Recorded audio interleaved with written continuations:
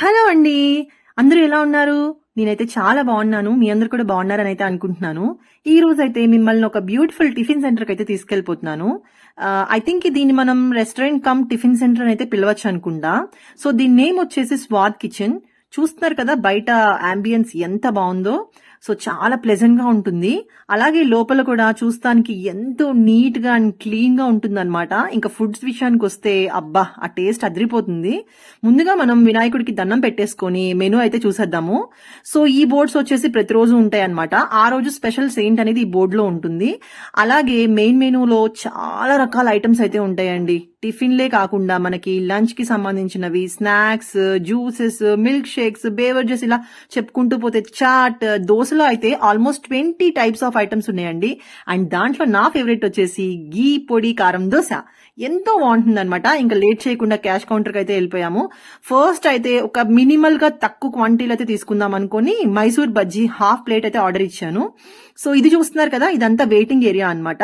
So మనకి ఇలాంటి like Mysore bajji కానీ, పరోటా కానీ, ఇంకా దోశ కానీ వేయాలంటే టైం పడుతుంది కాబట్టి ఆ వెయిటింగ్ ఏరియా అనమాట. అక్కడ కూర్చొని మన కౌంటర్ ఉంటాయి, different different types of counters. So వాళ్ళు పిలిచినప్పుడు మనం వెళ్ళి మన టిఫిన్ తెచ్చేసుకోవడమే.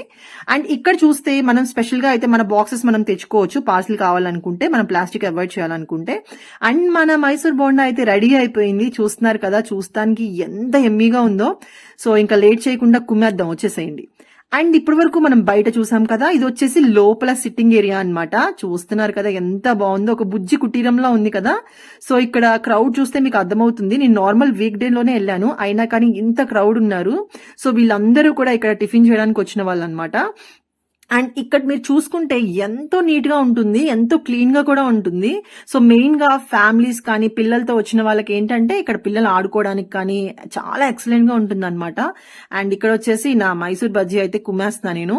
ఇది వచ్చేసి మీరైతే ఇంటికి తీసుకెళ్లి తిందామని అయితే అనుకోకండి అండి. మాక్సిమం అక్కడే తినడానికి ట్రై చేయండి, వేడివేడిగా తింటేనే బాగుంటుంది. అండ్ మా హస్బెండ్ వచ్చేసి పూరి తీసుకున్నారు.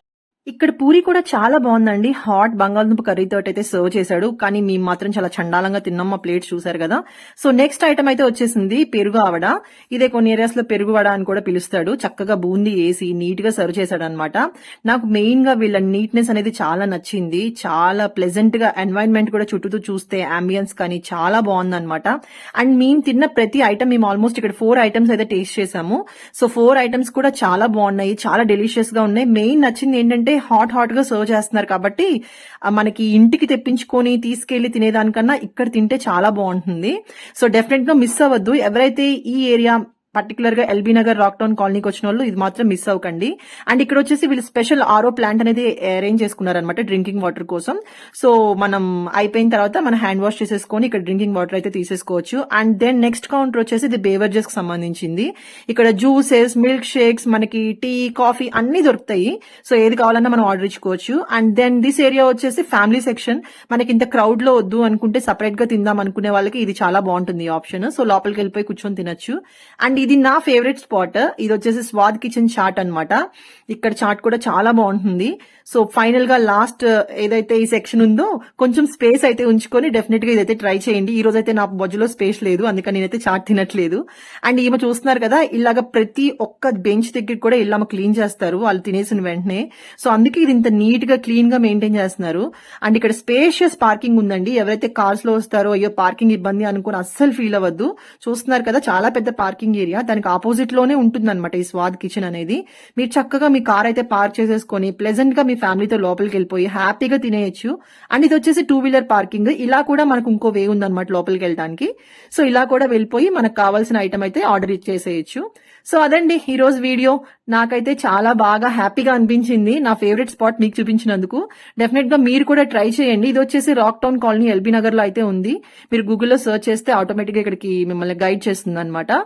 సో టిఫిన్ అయితే చాలా బాగుందండి, టేస్టీ. అలాగే ప్లేస్ చాలా నీట్ గా క్లీన్ గా ఉంది, అంబియన్స్ కూడా అదిరిపోయింది. So reasonable prices. అదండి ఈ రోజు